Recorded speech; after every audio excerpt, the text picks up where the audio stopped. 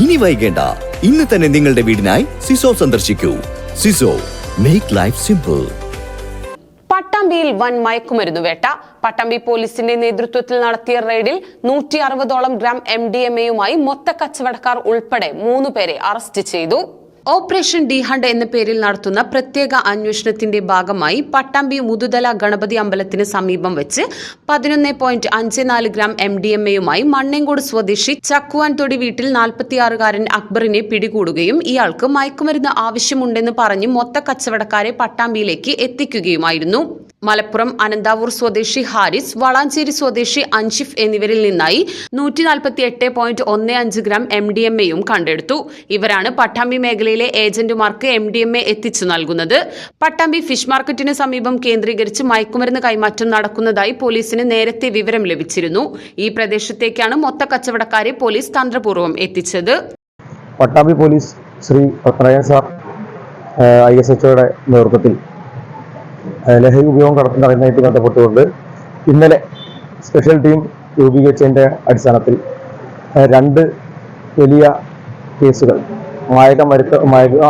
മയക്കുമരുന്നായിട്ടുള്ള MDMA വിൽപ്പനയ്ക്കായി കൈവശം വെച്ചതിന്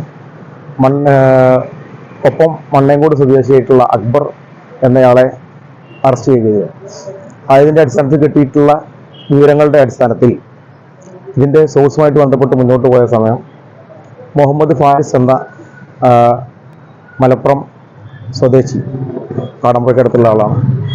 അയാളെ അറസ്റ്റ് ചെയ്യുകയും അവിടെ നിന്നും കിട്ടിയിട്ടുള്ള വിവരത്തിൻ്റെ അടിസ്ഥാനത്തിൽ വളാഞ്ചേരി സ്വദേശിയായിട്ടുള്ള അൻഷിഫ് എന്നയാളെയും അറസ്റ്റ് ചെയ്തിട്ടുണ്ട്. നിലവിൽ പിടിക്കപ്പെട്ടിട്ടുള്ള MDMA എന്ന് പറയുന്നത് 160ഓളം ഗ്രാം MDMA ആണ് ഇന്നലെയും ഇന്നുമായിട്ട് പട്ടാമ്പി പോലീസിന് കണ്ടെത്താൻ വേണ്ടി കഴിഞ്ഞിട്ടുള്ളതും പ്രതികളെ അറസ്റ്റ് ചെയ്യാൻ വേണ്ടി കഴിഞ്ഞിട്ടുള്ളതും. കഴിഞ്ഞ ഒരു വർഷത്തിൽ 26 ലഹരി കടത്ത് കേസുകളും അതുപോലെ തന്നെ 255ഓളം ലഹരി ഉപയോഗ കേസുകളും പട്ടാമ്പി പോലീസ് കണ്ടെത്തുകയും പ്രതികളെ അറസ്റ്റ് ചെയ്യുകയുണ്ടായിട്ടുണ്ട്.